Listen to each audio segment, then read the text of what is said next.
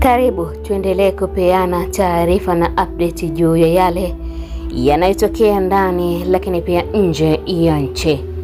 Nikushukuru sana wewe ambaye umekwisha kusubscribe, lakini kwa ambaye bado hujafanya hivyo nikusi ubonyeze maneno subscribe kisha alama ya kengele.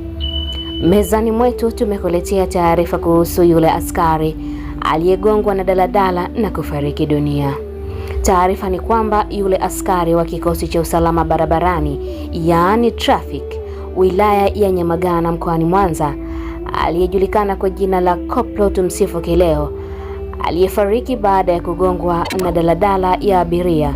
Mwili wake umeagwa Februari 16, 2026 na askari wenzake, wananchi na baadhi ya viongozi wa serikali, ambapo anatarajiwa kuzikwa nyumbani kwao kule Liamongo mkoani Kilimanjaro. Trafiki huyo mwenye namba F7768 aligongwa na daladala yenye namba T 234 BUM Februari 10, 2026 katika eneo la mzunguko wa Mwanza Hotel wakati akitekeleza majukumu yake.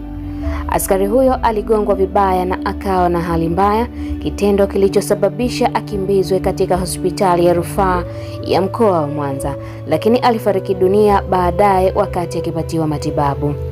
Ibada ya kuaga mwili wa askari huyo imefanyika nyumbani kwake eneo la Buhongwa jijini Mwanza, huku mkuu wa mkoa wa Mwanza Saidi Mtanda na kamanda wa polisi mkoa wa Mwanza Wilbord Mutafungwa wakiongoza mamia ya waombolezaji waliojitokeza kutoa salamu zao za mwisho.